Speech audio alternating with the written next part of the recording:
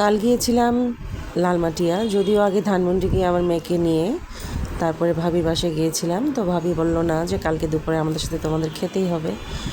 তো ভাবির বাসায় থাকার খাওয়ার পরে সন্ধ্যার সময় ভাবির এটা সম্ভবত মেজো আপার বাসায় গেলাম। এই মেজো আপার সাথে আমার আগেও দেখা হয়েছে। তো হঠাৎ করে আপনাদেরকে বসেইছিলাম, তো আপনাদেরকে একটু দেখাচ্ছি আপার ড্রয়িং রুমটা। প্রতিটা রুমই আপা একদম তার নিজের মতো করে সাজিয়েছে।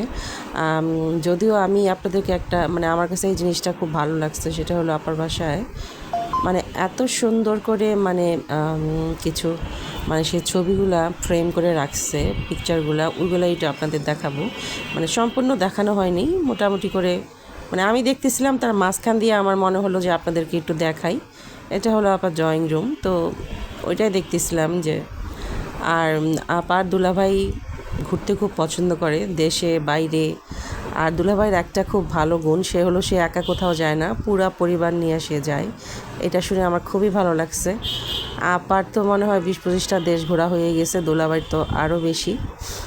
তো এতগুলা ছবি তাদের বাঁধানো ছিল, ওই ছবিগুলোই আমি দেখতেছিলাম। তো ওইগুলোই ভাবলাম যে আপনার সাথেও শেয়ার করি। মানুষ এতটা শৌখিন হয় আমার জানা ছিল না, পিকচারগুলো দেখে আমার মনে হলো যে একটু শেয়ার করি। এটা সম্ভবত আপার বাবা মা, এই পাশে তার শ্বশুর শাশুড়িও ছিল।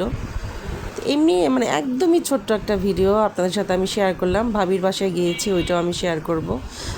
ওখানে পিকচারের কোনো শেষ ছিল না, প্রতিটা রুমে ছিল। আর প্রতিটা বারান্দায় গাছ, ছাদে যাওয়া হয়নি। তো আপা বললো যে তরিমাকে লাইট জ্বালায় দেখা। এটা শুধু একটা বারান্দা আপনাদেরকে দেখালাম, কারণ কথা বলছিলাম তো ওই জন্য অতটা দেখানো হয়নি। আর প্রতিটা রুমও আপনাদের সাথে এভাবে আসলে শেয়ার করা হলো না, কথার তালে তালে যেটা হয় আর কি। এই গাছটা খুব ভালো লেগেছে আমার, ছোট ছোট ফুল হচ্ছে।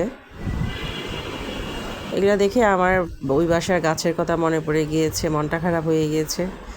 এখন তো গাছগুলো এবছর সব মরে গিয়েছে। আর এই গাছটা খুব ভালো লাগছে আমার কাছে, এটা যে কি পাতাবাহারি গাছ।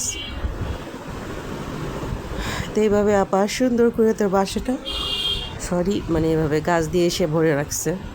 খুবই শৌখিন একটা মানুষ, এই জন্য আমার কাছে খুবই ভালো লেগেছে। তো ভাবলাম আপনাদের সাথে একটু শেয়ার করি। ভাবির বাসায় যেটা গিয়েছি ওই ভিডিও আছে, বাট ওই ভিডিওটা একটু বড়, তো ওইগুলো এখনও আমার ওইভাবে করা হয়নি।